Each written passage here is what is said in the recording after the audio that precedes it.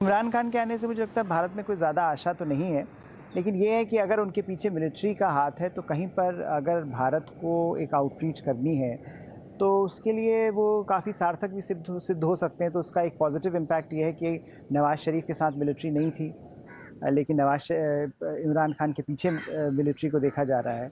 तो कहीं पर अगर आपको पीस प्रोसेस को आगे बढ़ाना है और उसको बीच में डिटेल नहीं होना है तो एक अपॉर्चुनिटी भी हो सकती है। ये इलेक्शन लीस्ट फेयर है शायद, और आर्मी की इंटरफेरेंस बेहद हुई है। पीएमएलएन को तो वो चाहते थे कि वो नहीं आए, उनको तोड़ फोड़ कर दिया। इमरान खान उनका प्रेफर्ड कैंडिडेट था, पर यहाँ भी उनकी कुछ हद तक चाल रही है। वो ये नहीं चाहते थे कि इमरान खान को बड़ी मेजॉरिटी मिले। जब कोएलिशन गवर्नमेंट होती है तो उसमें कमज़ोरियाँ तो होती हैं, और आर्मी की अपॉर्चुनिटी पूरी हद तक रहेगी इंटरफेरेंस करने की। पाकिस्तान के साथ भारत का अनुभव पहले भी बड़ा कटु अनुभव रहा है। चुनी हुई सरकारें बड़ी अपने आप को असहाय महसूस करती हैं।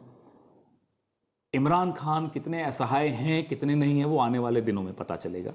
जब तक वो नहीं पता चल जाता, कोई भी प्रेडिक्शन करना, कोई भी सोचना कि क्या होने वाला है कल, स्पेकुलेट करना मुझे लगता है संभव नहीं है आज की तारीख में, क्योंकि हमारा जो अनुभव रहा है भारत की विभिन्न सरकारों का जो अनुभव रहा है पाकिस्तान की सरकारों के साथ, मैं उस बिला पे कहता हूँ